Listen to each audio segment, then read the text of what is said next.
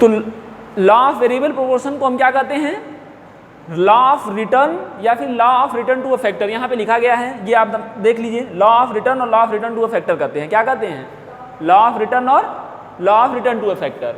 अब इसके बारे में थोड़ा सा जानकारी दिया हुआ है, थोड़ा सा इसका इंट्रोडक्शन दिया है, बोला है इसको रिटर्न टू अ फैक्टर भी कहते हैं, लॉ ऑफ वेरिएबल प्रोपोर्शन को रिटर्न टू अ फैक्टर भी कहते हैं।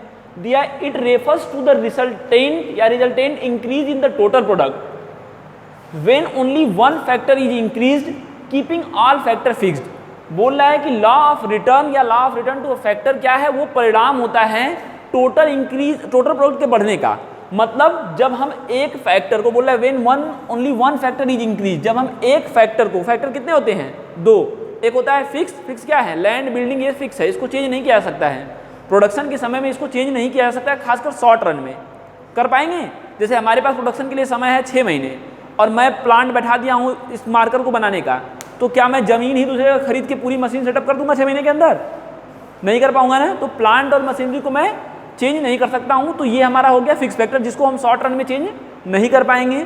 और वेरिएबल फैक्टर क्या है, इसमें यूज होने वाला प्लास्टिक, इसको मैं कम और ज़्यादा खरीद सकता हूँ 6 महीने के अंदर। जैसे किसी दिन मुझको ज़्यादा प्रोडक्शन करना है तो मैं ज़्यादा प्लास्टिक खरीदूंगा, तो ये वेरिएबल फैक्टर है। तो वेरिएबल फैक्टर क्या है कि जिसको हम चेंज कर सकते हैं अगर प्रोडक्शन में चेंज करना चाहें तो, और फिक्स फैक्टर क्या है जिसको हम चेंज नहीं कर पाएंगे शॉर्ट रन में, क्योंकि समय बहुत कम है, इसको चेंज करने के लिए हमें लंबा समय चाहिए।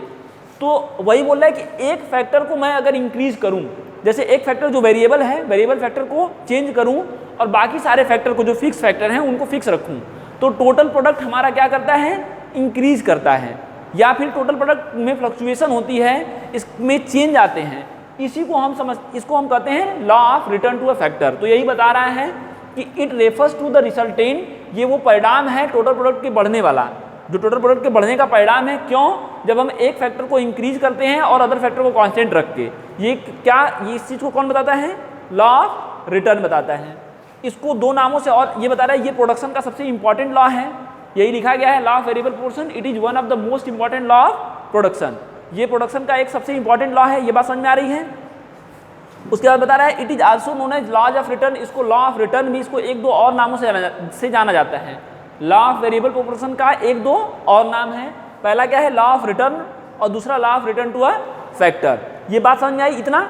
अब इसके बाद हम आते हैं इसकी मतलब इस लॉ को पढ़ना शुरू करते हैं। ये तो बेसिक इंट्रोडक्शन था। अब ये समझिए, जब हम इकोनॉमिक्स में कोई लॉ को पढ़ते हैं तो अश्वनी क्या हम लोग करते हैं बताओ, अश्वनी कुमार, इकोनॉमिक्स में कोई लॉ पढ़ते हैं तो हमें क्या क्या पढ़ना पड़ता है, हाँ, स्टेटमेंट पढ़ना पड़ता है, एजम्पशन पढ़ना पड़ता है, उसके शेड्यूल को, उसके डायग्राम को, तो 4 चीज़ें हमें पढ़ने पड़ेंगी। जब हम इस लॉ को पढ़ेंगे तो पहले हम स्टेटमेंट को देखेंगे, इसके डेफिनेशन को देखेंगे, टेक्निकल इसका क्या डेफिनेशन है।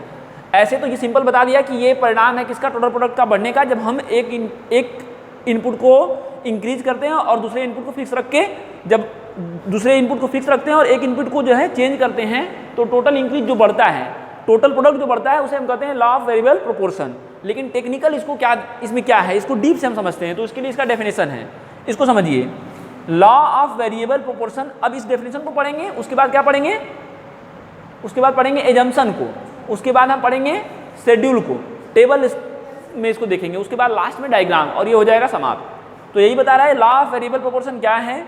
Law of variable proportion states that as we increase quantity of only one input, law of variable proportion, जिसको शॉर्ट फॉर्म में LVP कहते हैं, इसको शॉर्ट फॉर्म में क्या कहेंगे, LVP, ये बताता है कि जब हम it state that as we increase quantity of only one input, input कितने हैं, 2, एक आपका फिक्स और एक वेरिएबल। तो बोल रहा है जब मैं एक इनपुट को इंक्रीज करना शुरू करूं, जैसे ये क्या है, ये लेबर है, लेबर क्या होगा, वेरिएबल फैक्टर है, 1 से 2, 2 से 3, 3 से 4 हमने शुरू किया करना।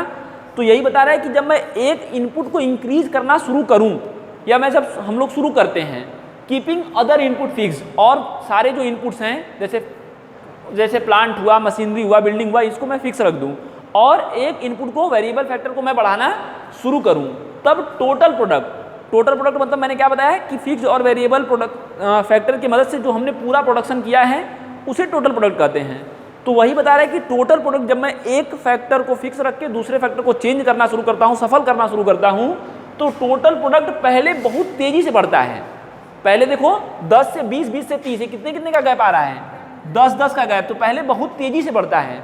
उसके बाद डिक्रीजिंग रेट, थोड़ा धीरे धीरे बढ़ता है। इनिशियली कैसे बढ़ता है, तेजी से बढ़ता है। फिर 5 का गैप, बढ़ तो रहा है लेकिन अब वो रफ्तार नहीं है, अब रफ्तार इसकी क्या हो गई है, धीरे हो गई, तो थोड़ा धीरे धीरे बढ़ता है। और finally at a decreasing rate, और बाद में क्या होता है, ये finally goes on negative, negative हो जाता है। पहले इंक्रीजिंग रेट बहुत तेजी से बढ़ता है, फिर थोड़ा धीरे बढ़ेगा, पहले बहुत तेज बढ़ा, फिर धीरे बढ़ा, और लास्ट में क्या हो गया, निगेटिव हो गया। 35 से कितना हो गया, -2। तो यही होता है लॉ ऑफ वेरिएबल प्रोपोर्शन। अब इसके बाद हम पढ़ेंगे इसके स्टेटमेंट तो हमने पढ़ लिया, उसके बाद क्या है, एजम्पशन, शेड्यूल और डायग्राम। चलो बंद करो उसको वीडियो को।